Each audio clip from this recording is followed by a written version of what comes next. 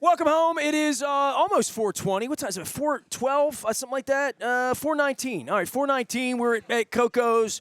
If you're listening out on Radio Land today at 1570 live, because we're live, like Brent Musburger was live. We're in Lauraville. Ricig is my co-host with a K. Yeah, I got to get your microphone. My crab cake place. I know this about you, but it's not like me to recruit people. But this morning I woke up and Ricig and Luke were gonna do sports this afternoon. Brian Pugh came by and did some brain. But I've done so many like churches, food, like military, children, pets. Just awful stories and great people doing amazing things. And this afternoon just turned into like the sports day of the week, right? And I hit John Rollo this morning. I think he's coming tomorrow because he's bitching about Harbaugh. And Ron Cassie's like our defending champion around here from Baltimore Magazine. And I reached you like at breakfast time, and I'm like, Ricig's coming out. I probably should invite you. Even if you don't come, it's cool, you know. Either way, and if you did come on your bike, I was going to give you a lottery ticket. 10 times the cash from the Maryland Lottery, our sponsor. You get that. Ricig, I didn't give you one. You gave me one. Yes, you gave me one. Well, I have she's one. a good sport. There you go.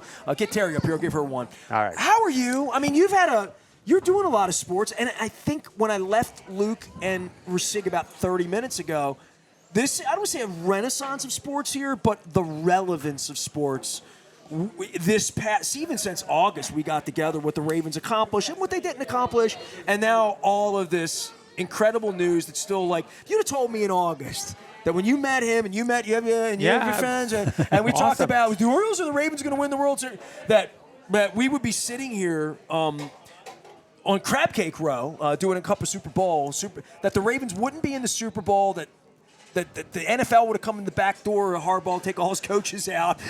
You know, they're about to have a bloodletting on free agents. I mean, they're going to be a diminished team to some degree. And the Orioles are here, courtesy of Ricig's hat and the home team sports hat that we had earlier. And Ron's hat. To save the day. They're here to save the day, Ron Cassie. Yeah, absolutely. You know, I mentioned this to Ricig off the air as soon as I got here. This is why I don't green room. We should have let you together. Right. Yes. We're doing April Orioles preview, which I'm actually working on now because this is where we're at in our cycle, and we had a one-on-one with Elias scheduled for this Monday. One more than I've had, by the way. But he's been very nice to me. He's been very nice to me. Right. I mean, what day are we at? Wednesday. So 2 days ago we had a one-on-one at Camden Yards. We did a photo shoot with him out on the field, and he and I sat down for actually like 45 minutes in the clubhouse auxiliary room. And it's like the timing, you know, we've had this in the works actually since the playoffs last year is when I pitched this story idea. We wanted to talk to Mike Elias about the rebuild and the success of that. And then, boom, all of a sudden, you know, the team's sold, and all of a sudden they've got a number one starter.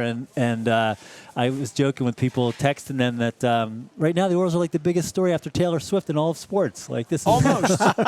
And great point. And on Tuesday, she goes away. She goes back to Japan, and they'll either have a parade, no kissy poo, or it'll be bad times, and Santa Clara will be having a good time. You know what I would have given you on this if I would have known you were meeting with Elias? Because I was very snippy about. Look, I'm pissed off about all this. I'm pissed off that I'm here right now. I'm making the most of it, but I should be in Las Vegas doing my 29th radio row. That's a fact. Absolutely. But all of that being said, Absolutely. Last week DaCosta had his thing with one time he makes himself really available other than the draft time to talk to the media. I put out on the line, I'm like, somebody should ask him about his role in getting Mike Elias and Sig Mejdal hired. That's a fact. I promise you, as a journalist, as a man of faith and good word who's never lied, Eric DaCosta befriended Mike Elias, but more so Sig Mejdal, because Eric was trying to. He loves baseball. Eric loves baseball, and he was trying. Did you write the piece on Eric last year? No, you didn't write that. I read that recently. It was like the August or September edition. Yeah, Corey McLaughlin usually does the football stuff there for us. Yeah. So I didn't know if that was your inked piece or not. But Eric befriended Sig Mejdal trying to learn analytics because he saw what the Yankees were doing. He saw what the Astro Ball, like all of that. Right. So Eric said, we're not as sophisticated in the NFL as we need to be. Baseball, Moneyball, all that caught up, and Eric wanted to be on the front end of analytics, which is why he hired the guy from Johns Hopkins that didn't work out. You remember that? They made a big splash that they were getting into that space. That was Eric all along. Steve loved it, all of that. But he befriended it because he was trying to understand the science of baseball statistics. And Eric said to me 18 months before Mike Elias and Sig Mejdal We were on a plane together flying somewhere. Eric and I were very close. Your letter's coming, bro. Trust me, it's coming. It's coming. It's coming. He said to me that I should Google Sig My Doll and Mike Elias. He's like, yeah, they're like with the Astros, and they're like on the cutting edge of like, and I'm trying to figure out what the cutting edge is going to be in football. Right. And then Eric admitted to me, he said, hey, I had lunch with John Angelos, and he's looking, he's picking my brain about, and I told him Mike Elias and Sig. 3 months later, they were hired. So that's a fact, and the team websites will write it up one day when it's all tidy and Sure. you know what I mean, and all that. But that's an interesting story. True. An origin I story. might be able to A follow nice up and ask origin that story. question. well, they're on The origins. they're both on the edge. I mean, Eric came this close from being in a Super Bowl. Yeah. The Orioles had their 101 wins, but Yeah. I mean that is a prelude to Corbin Burns and to Rubenstein. What have you learned on Rubenstein? I mean, Ron Cassie's here, by the way. Ricig's here. We're Koco's. Go ahead. Well, I don't think anybody knows too much about Rubenstein. I mean, I think one thing that's interesting, maybe hasn't been talked about so much, and is Rubenstein is 74 years old. And I think Mike Bloomberg's an investor. I'm thinking of like Baltimore Hopkins connection guys. He's like 80, and the other guys are younger from New York.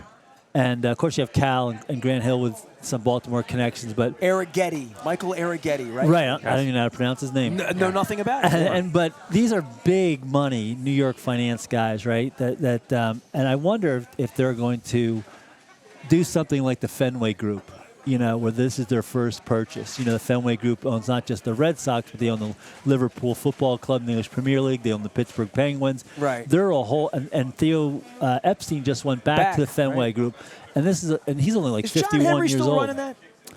I don't know. Okay, he was the originator, though. It was his money originally, right? The Fenway Group, right? I'm not sure of the history. I was just looking at like how much they own and the diverse properties kind of that they're in charge of, and wondering if the interest and Eric, the guy you mentioned, if the Orioles are going to be, with that development around Camden Yards, if this is going to be a springboard to other things, right? The one woman who's in the group already runs the soccer team, right? The women's soccer team. I believe that's correct. Right? I mean, but Grant Hill's in this deal. Okay? Cal Ripken's in the deal. Yeah. I mean, they brought names in. Kurt Schmoke. I love right, that. No, there's definitely real Baltimore people involved, but I'm just thinking when you see a Mike Bloomberg and you see a Rubenstein involved, I don't know that they're the old school owner who just like, it'll be fun to go to the old Camden Yards and watch a ball game. I don't know that that's just where these guys' interest cuts off. This is a $1.75 billion deal, and these franchises and these stadiums and venues are not the old cigar chomping kind of owners in the box. So there may, I don't know. It'd be interesting to see what this ownership group does going forward. Well, you'd like to think they'd be more like the Red Sox than the Cubs over the course of time. Yes. When you say corporately run, that it's run that way, right? But the first splash is, as a media member, as a fan, as a very disgruntled civic stakeholder in the baseball team for all of my lifetime, it took me 48 hours, dude. Like, Tuesday night, I was shell-shocked. Wednesday, I thought it through. Thursday night, my wife went to yoga, and I was home alone and did some deep thinking. Yes. And I just had this, like, Stanley Roper smile of, like, I'm going to be able to root for them again and go back, and I can stop all the bitching. It's all over with.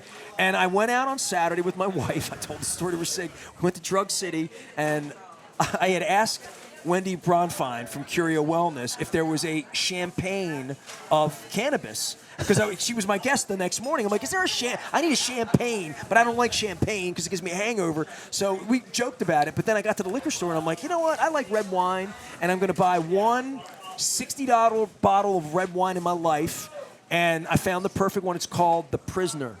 And on the night when Rubenstein gets the team, I'm going to let The Prisoner out. There you go. Perfect. Right. But I mean, Perfect it feels very Fidel Castro to me. It feels very like I never saw the end, that there could be an end. I said to Luke, first thing I said to Luke when he sat down before you were even here 3 hours ago, I'm like, I love you. We've been together a long time. We drink together. We go to Super. Have I ever said to you one day, one day they won't be there? Because I thought that they were teeth in, that this kid wasn't the putz that he turned out to be, that they were going to dig in and just say, it's our team, we're not selling it, and that's that, you know? With the lawsuits that were filed, right, about the mother and the right? I mean, things looked like at that point the team was going to be sold at some point, right? Like they were going to have to divide up the resources at that point. And I think these talks with Rubenstein apparently been in the works like 3 years. So I'm not surprised that they moved out. I mean, I think, what's come out is they kept all this and were not truthful with Wes Moore and Derek Davies and the head of the Maryland Stadium Authority and Brooke Learman and not in negotiating this in good faith, which not shocking, as Brooke said. Right. Yeah, I mean that's so right. One more reason really just to celebrate in the city this purchase. And I know it means a lot to you personally. It means a lot. It means I've fought from the beginning, and I have this moment where like I'm going to walk in that press box and have a hot dog with Luke. And I didn't say this to you guys. And Ricig, I've known you since 1984. I've known you a long time. I said this to my wife the second night. Wednesday night we had dinner together, and we were just sitting and talking. And I said, I thought about this. I can't remember. I don't have a memory of the last time I walked in there and people were nice to me. I mean that from my heart. And I don't mean because of Free the Birds. Free the Birds happened because they weren't nice to me. It was a reaction of, you need to clean this up. You need to be better people. You need to stop lying to people, mistreating people. You need Cal Ripken here. You need Brooks Robinson. I mean here. You need them here, invested and care, and they can't because they don't trust you, and I don't trust you. And they screwed me on $30,000. You can Google. You've known about that for 20 years. So this is how they treated the people that love them.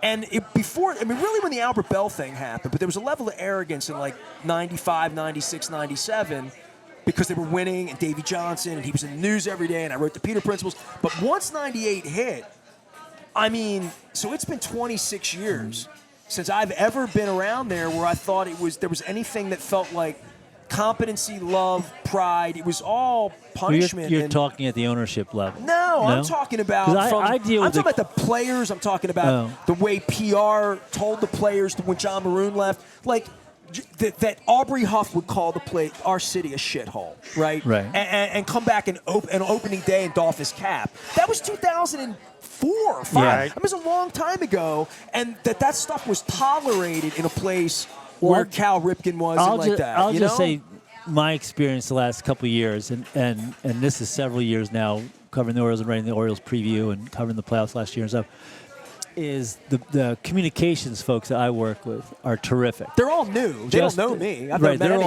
They've been fabulous to work with. I mean, really helpful, really, really terrific. I can't say enough good things about the communications staff at the Orioles that I work with. I mean, really friendly, professional, on top of it. Getting a sit-down interview with Mike Elias, the photograph on the field, and this really busy time, right? All this breaking news, and was really terrific. I'm glad they do that. Same thing covering. Same thing getting. We got not one, but we got 2 press passes. Baltimore Magazine does not cover the Orioles the way the Sun or the Banner do in the Daily Manor, but we got the way Baltimore Positive and WNST. Right, but we got 2 press passes to all the home playoff games last year, which was fantastic. And we got 2 passes in Arlington. I sat at the kids' table. They threatened my employee to pull his club. This is really. You're a journalist. This is really what happened. Yeah, right. It happened in front of everybody. I'm just saying, I just wanted. I got text threads with John Blake in Major League Baseball and John Blundell, who runs Major League Baseball, and Pat Courtney, who's the right-hand man of Roger Goodell, who I've known for 30 years, who went to college with one of my listeners, Pat, out in Woodlawn. I'm just telling you, forget what I just said. I feel like they might be nice to me. Like the new people. I don't know what it's like to walk in there and have anyone of any kind, Matt Trier, people that were at my wedding had to mistreat me. People had to unlink me and pretend they didn't know me to keep their jobs. Well, hopefully you get back in Kevin Brown Hopefully you get back in the ballpark and you meet these folks. They're the kind of people like text me when you get here and stuff like that. Really friendly. I never thought that would be I gave up. And That's what I you'd mean about love Fidel Castro. I mean, gave the up. clubhouse. Like I did do some stories when Cal and B.J. Surhoff and Rafael Palmeiro and those guys were there, and they were superstars, and they did not have the personality of like the 2004 Red Sox, right? Those guys, right? Those were the no facial hair Oriole days and stuff like Right. that. These guys, Austin Hayes and Adley and Cedric Mullins, these guys are super approachable, super easy to talk to, really down to earth. It feels that way. And they are. They show really well on post-game things that I think I'd like to meet that kid. And Seems I'm like like a a good kid. newcomer, but I don't there all the time, like in the clubhouse and even the guys they sign. The Kyle Gibsons are I guess really my point down is to I earth. wanted to be there. Ricig will tell you I had a pass for 21 years. Yeah, right? know. I was there for 21 years every day. Every day. I was there Well, the 6 timing, days a the week. I timing didn't go is on good. Fridays. The timing is good for this. It's a great clubhouse, and it's a great communications team right now is great. So hopefully none of that stuff changes. And Mike Elias was very generous with his time, very forthcoming. I mean, to me, he'll tell you what he's not going to talk about up front, and I'm like fine with that as a journalist. You say I'm not going to talk about that. He's not an elected official. He is. But the things he will talk about, he shares anecdotes with you. He doesn't, he's direct. He's funny. You're in a real conversation. I got to ask him a question. I got invited by Leonard Raskin.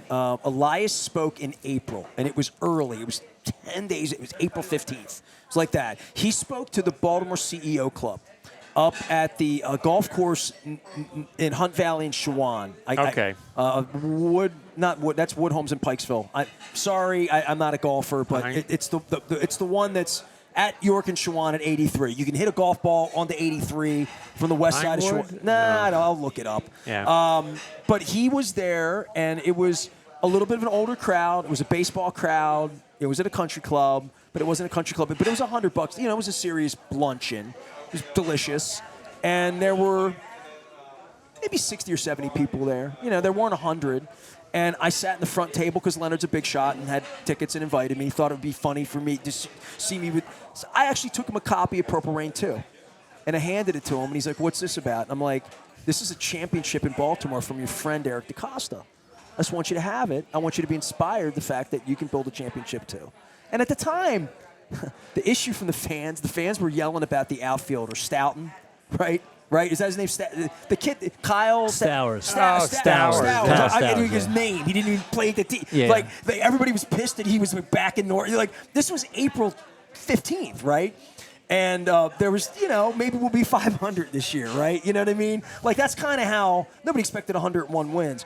But I asked him a question, and he was very magnanimous, and he gave me his email address, and he actually wrote me a thank you. He wrote me a thank you for the book, and he was charming, and he was being someone in the room. He's just talking. I don't think he even knew who I was, or that I was that guy or whatever. It was a beautiful afternoon, and he seemed like the guy I'd want running my baseball team, and seemed like a guy I'd want to spend money and support, and a guy I'd want on my show because he's intelligent, Yeah, I mean, I so covered he did treat me a well. couple So I'll take that back. Van I was treated well by him. Caravan things, and Brandon Hyde was very relaxed, approachable. I mean, you think going back kind of the Hargrove years, and the guys, and Cal's a super nice guy, but he's he's a little quieter sometimes, a little more formal. That B.J. Surhoff era, I felt like.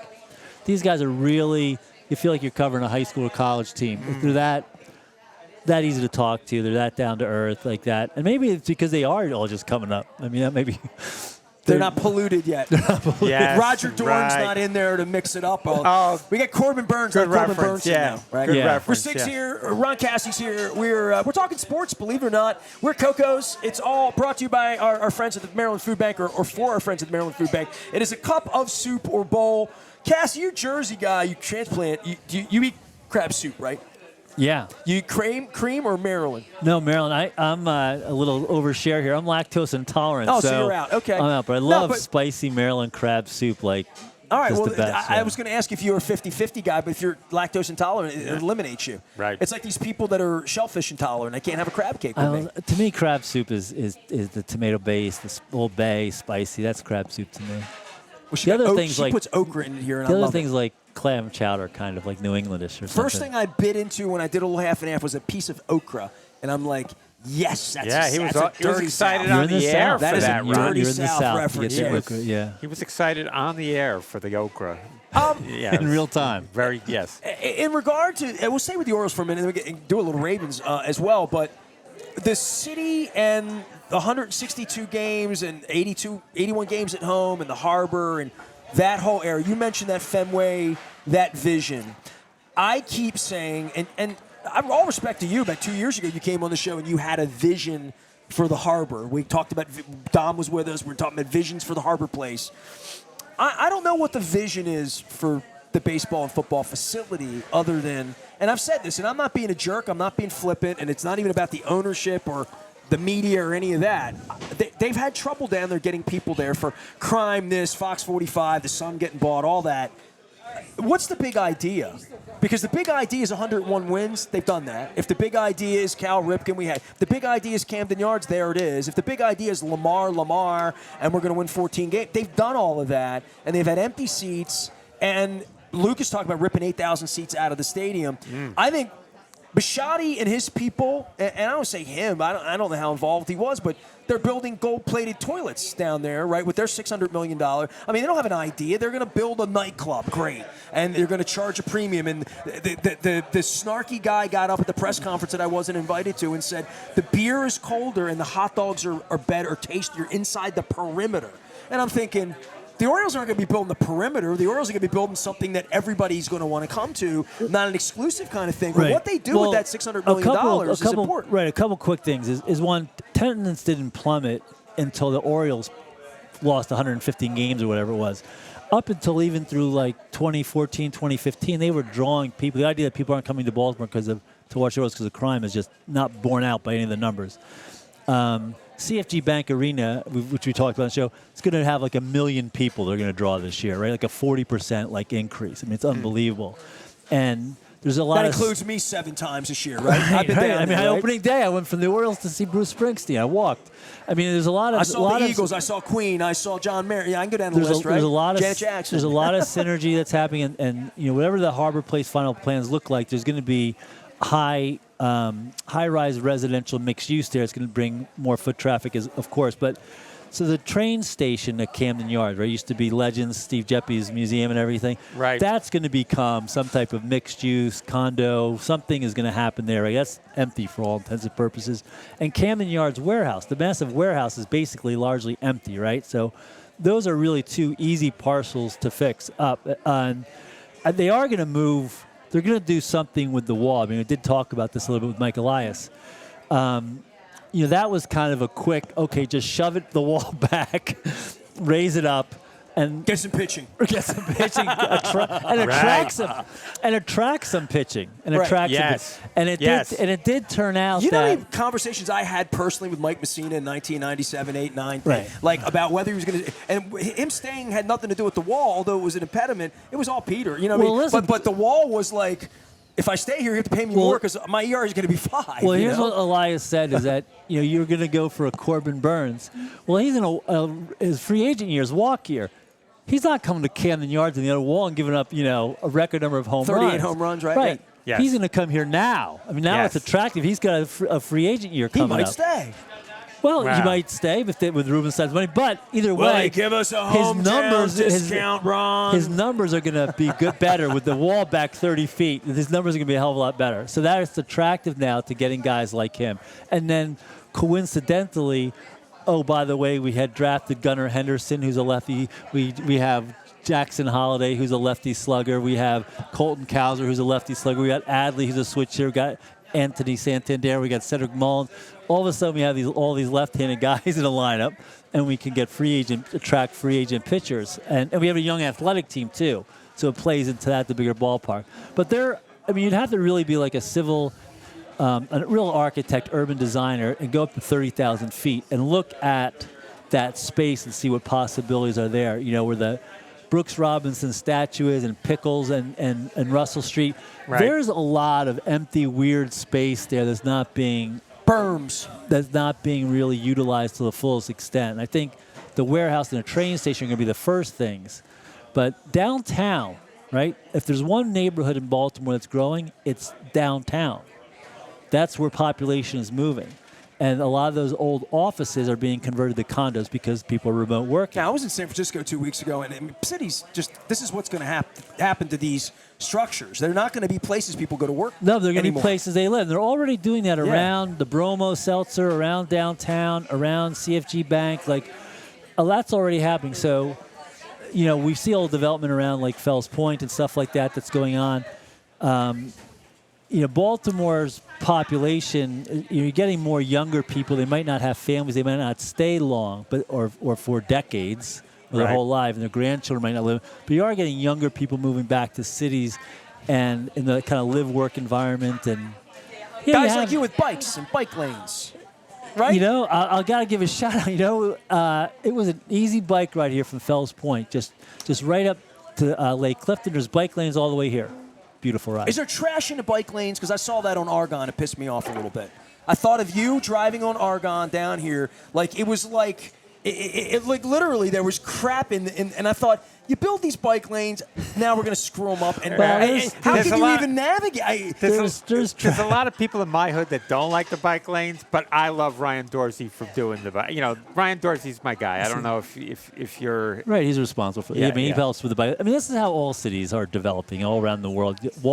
Listen, when Baltimore had 1 million people were not driving their cars. They were taking the trolley, they were taking the bus, they were walking. Yeah. That's how people got around. Cities aren't built the size of Baltimore to have 1 million people and everybody have their own car. We don't have the room. Dude, I put my car up on the 6th floor for 20 years, and I walked everywhere there was to walk, because why would I take my car you live downtown to the Fells harbor, Point, right? Like, why would I do that? That's and if I was going to get cranked up or the weather's bad, you get a cab, and later you get an Uber, Yeah. Invest a little bit of money in that. I don't think I took 10 cab rides a year the first 10 years, and I don't think I took 10 Uber rides a year after that. With the Penn Station getting overhauled and the Excel platform already opened up, with the Howard Street Tunnel work in West Baltimore. Morgan's getting a bunch of money, Morgan's too. getting a ton of money. Yeah, we mentioned that, a ton of money. We didn't mention that on the air. We mentioned that off the air. I'm sorry. Yeah. I mean, one of the Jeff Bezos. I'm done green rooming you. You come in here and you start talking, and then the next thing I know, you think you said things that you didn't say. Well, there's a lot of great things happening. We know the homicide rate, thank God, has took an incredible drop this past year, thank God. Who gets credit for that? I want everybody to get credit because everybody got blamed for it, right? Well, it's really hard to parse those things out. I mean, there's other cities around the country who experience similar rise and falls, and I think sometimes in Baltimore we're so insular, we think these things are just related to us, but we suffered the ups and downs of national trends, and I think. Listen, it was unsustainable where we were before. But the unrest and the plague is a very, very special concoction. Very special concoction. Thankfully, and poor leadership. Thankfully, and mayor's going to jail. The fallout from that is receding, right? Leadership. And I do think the holistic approach of Brandon Hine and Monsi and Shantae Jackson and that they're doing is the only way to go. Ron Cassie's here. What do I call you? Editor, writer, senior, something? What is your real He's title? the man. Senior. The man. Senior, I like that. That's good. Senior editor is my title. Mike Ricig is the man. Your Facebook page is just hysterical. The cartoons every day. Silly. He's a talented dude. He's a right? talented dude, man. Really talented. I said to him earlier. I can barely type. I just want to. He's great artist. Nobody is more bullish on this Rubenstein thing than I am. Is it Rubenstein or Steen? I think it's Stein. I think it is. I'm not sure. I want to get it right. Right. I think it's Stein, but I'm not sure. I want to be Thankfully, as a respectful. print journalist, I don't normally have to worry about the pronunciation. That's a good point. Well, we don't. I have a little bit of insight, just the smallest amount of insight. So a man named Howard Goldstein or Steen, I'm not sure either, approached me last year to do a cartoon about who was the manager of the Giants that just got that. Gabe Kapler. Gabe Kapler. Okay. Yeah, Gabe Kapler. Who's so the exhibit he was doing was of Jewish sports. So he's got art. So he has a painting of Sandy Koufax. Hank Greenberg. He has a Hank Greenberg. Sure. And he asked me to do a Gabe Kapler. And I said, I don't know that much about Gabe Kapler. He goes, I'll send you all the info. Well, the guy, it turns out that the guy is like he's an incredible guy. You have to read up on him. I interviewed him when he was a player back in the day, and Okay. I found the tape of it one day and listened to it, and he was really hard. I think he'd struck out a couple times the day before. He's like, I sucked. And it was really funny, yeah. He seems like a guy. But I that- never really knew him or met him. Well, you know? off the air sometime I'll tell you about this guy. I was just drawn into drawing this cartoon about him because he was such an interesting dude. Anyway, he had just received my cartoon that I did from him and really loved it and wrote back to me about the Orioles, who he follows, and about Rubenstein. And he knows Rubenstein, and he did say, this is a great guy. I'm excited for Oriole fans for this. He grew up his father was a mailman in the city, right? I mean, he grew up in Baltimore. He went to City College. He went to, I think he was like a class ahead of Kurt Schmoke. He had to have been a 66 Orioles fan, so I feel like I may have an in there. There you like go, At least Ness. there's that. Now, I was saying to Ricig when Luke was here that, Ricig's brilliant, like the sports cartoonist, and he had all these little clips and cheap shots and funny little things he would do that he could get away with, and people would buy the paper, buy the publication, to your point, to see his art.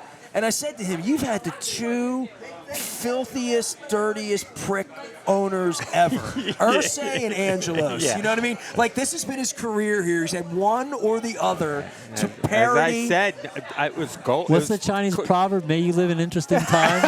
Right. I'm telling you, man, it was cartoonist gold. That's all I'll Dude, say. what are you doing in your magazine on his dummies? Oh, yeah. So we did a story for the March issue, which will actually hit newsstands in about 2 weeks. We did a little piece, the back page of the magazine, on the paper mache, like kind of like larger than life. I don't know what we call it. No, it's not a doll, mannequin, paper mache. It's a dummy. I called it a dummy. And I had a sign that said, Dummy, the the real real dummy. dummy is in the owner's right. box. We use that term in the story. And we have a photo of you with the Ursay dummy in Veterans Stadium. It was the first time the Colts had come back. It's just... Right. I mean, You we know could the have dummy still exists, right? I went to see it at Nacho Yeah, Mama. he went. He went to I Nacho had to Mama. I go- sent you over I there, had right? to go Okay. see it. He Yeah, showed yeah. there. He showed me Listen, photos of trust it but before. verify. He I'm a lied, journalist. he right. died. Yeah, I got a picture of my phone of it. I showed him. Did you find the beanie? The little beanie? No, The I don't think beanie's so. at the Bob, back the Beanie bar. Bob. He made a beanie bob. You never seen the beanie bob? I Dude, think you're you gonna- you're gonna showed- pee I think yourself. you I think showed we me. talked If about I it. show We you the talked picture about with it. Don Shula, you're gonna freak. Because I put it in front of Don Shula when we were doing a show with him, and there's the beanie bob. I'm gonna show it to the audience here too. Yeah, there's Don Shula with Beanie Bob. So there it is right there, and he's got dollar bills hanging out of his pocket. It's like hilarious, right? And Shula, Shula used says to to me, play for the "Looks just Colts. like him." Played for the Colts under Carol coached him. Rosenblum, right? And he was the coach. And He was the coached. coach. And of coached the, Left for Miami about Right. the time they bought the team, right? Yes. Yes, absolutely. So Yeah. I mean, this Beanie Bob That's is at hysterical. the back bar. Oh, my God. At Nacho Mama's, you go all the way to the back Now to I the gotta go right. So back. he's like this I gotta big. go back. He's like, He's the being, Beanie Bob is like he's this being big. held up by a bottle of vodka. Oh, man. That is good. Woo! Yes. And with that, we shall depart. Mars, do we need to say anything before we leave? Because I'm going to sign off because my back hurts and I got to go. I got to get up and I got to be at State Fair early in the morning. I am 24 hours into the marathon. I've done 24 hours of radio since 9 a.m. on Monday morning. I've done 24 hour live radio. And I've only cried I know, me too. five and a half times. I'm taking a tuna stack to go. I'm going to make a margarita when I get home. Going to do it up. All right, there you I'm going to go. ice down my Sounds back. good. Sounds good. I love Mars. I love you know what? I don't have a. Give her the mic, Ricig, so she can say goodnight. Oh, there of you go. course. Come on over and say goodnight to everybody. Let Ricig out. You know Ron Cassie from Baltimore Magazine. Here, let me hold up. I'll do a pull of Don Moeller. Where's the little card in here? I got to get the little subscription card. Does it fall out or is it not in there? I don't know. I think maybe I took it out. Oh, man. This is one from Tell my everybody house. how to subscribe. Come on. Well, you go to the website and Here I subscribe. am. Come on. All right. There's always deals. Baltimore Mag. Come on. Come Just get show it. the cover. Wes. There you go. He wrote to me last week. He's coming on the show Oh, great. soon. He says.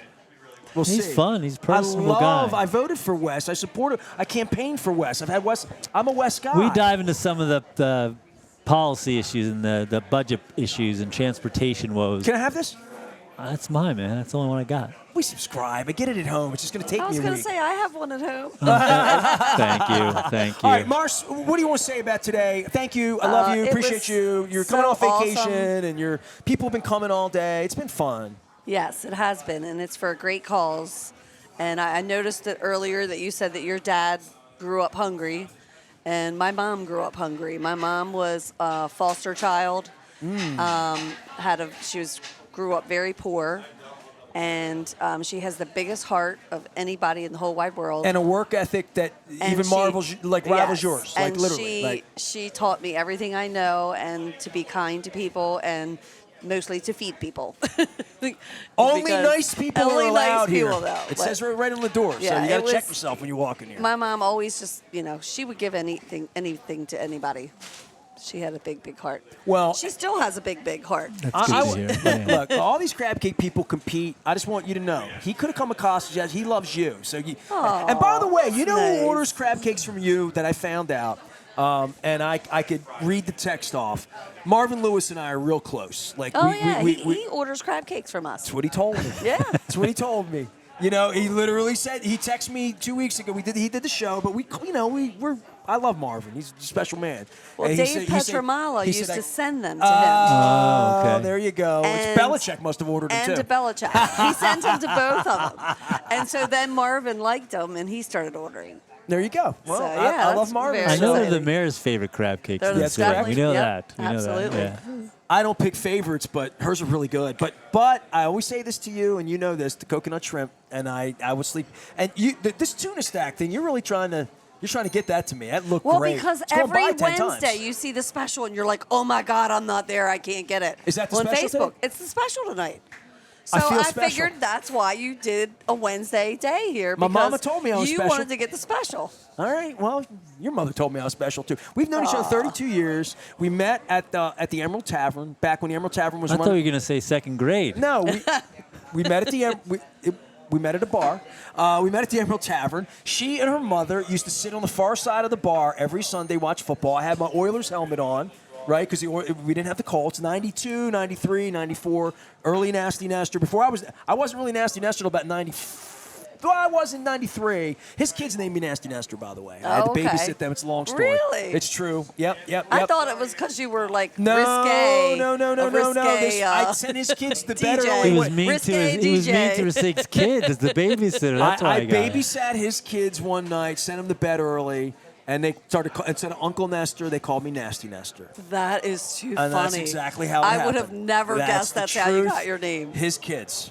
So, Wow, that is absolutely very true. cool. So, I know you guys all compete, but he loves you, and he's here. And Yeah, this is, by the way, is a great place to catch an Orioles game and have a crab cake.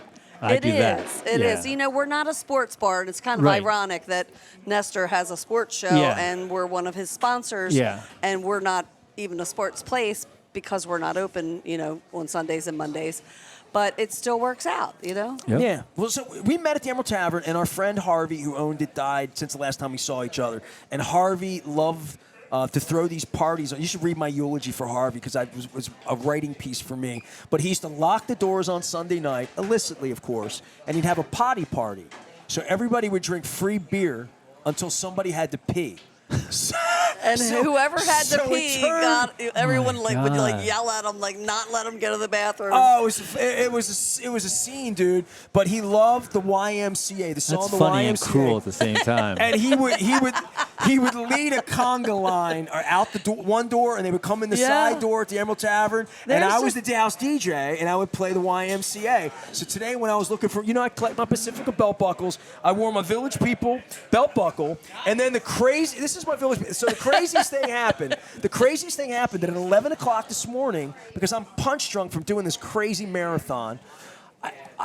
John He's trying to Hoey, be Jerry Lewis. John Hoey Yeah. from the Y was my guest at 11 a.m. this morning, literally.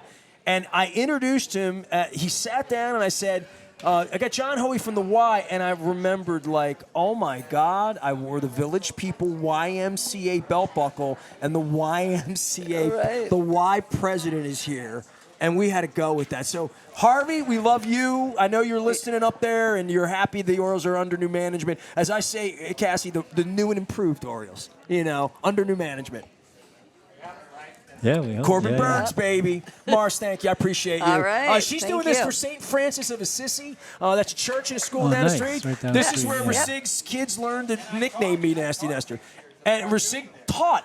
That's why the kids turned out good in the neighborhood. St. Francis of Assisi. He taught art down there. So thank you to everyone that came out today that donated cash or brought non-perishable food items. And you didn't get a lot of And, tickets, so you got to get you one. know There what? you go. I There you got go. one, but I'm going to take this one because this is for my mom. I'm going to go see her All tomorrow. right, Mom's getting a lottery and, ticket. She deserves She one. loves scratch-offs.